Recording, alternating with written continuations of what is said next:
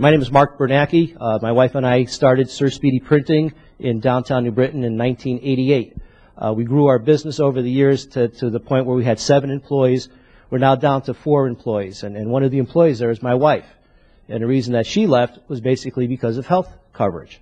You know, we needed to be able to afford health coverage, and the only way that we were able to afford it for ourselves as the owners was to have one of us to leave to go back into the private sector to get good quality health coverage, which was probably more expensive for that business, but it was off of our shoulders. But now we're going to be mandated to also provide coverage for our employees on coverage that we couldn't even afford as owners. We can't just pick up and leave like a lot of the bigger companies are. Bigger companies are getting these massive millions of dollars of stimulus money or whatever the governor is providing to them. So we're within our community and we can't move out. A lot of these kids that are graduating from colleges have no real jobs to go to, and you're seeing a lot of these kids picking up jobs at the mall or in restaurants because they are not going to the professions that they have. The number one thing for my business is we need more customers.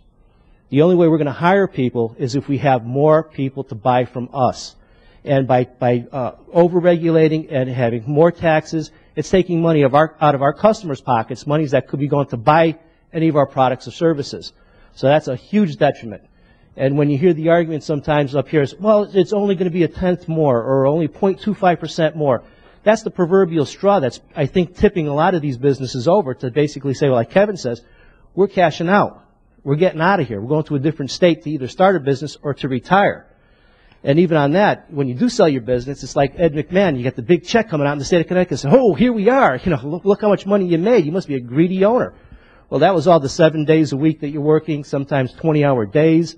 Some people pull all-nighter to do it. The state's never around for that. The federal government's never around for that. You're only causing a lot of problems. But we're the ones that are working there. And when people do decide to sell, you get whacked with a massive, massive bill. It's very difficult to get on the state bid list. There's just a lot of rules and regulations to get on that bid list, but yet the state can find us very easy when you need to have us collect your sales tax. You find us on the unemployment compensation taxes. The Secretary of State now gets $20 from us every year to say, oh yeah, you're really in the computer system.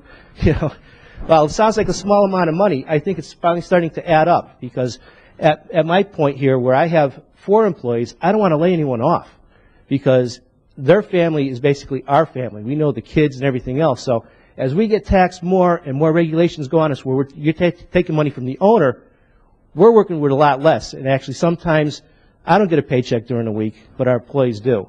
So I think a lot of us are working harder. We're getting less for it, but we're in a position where that last straw is going to break a lot of us. And you're already seeing the migration of small businesses going out.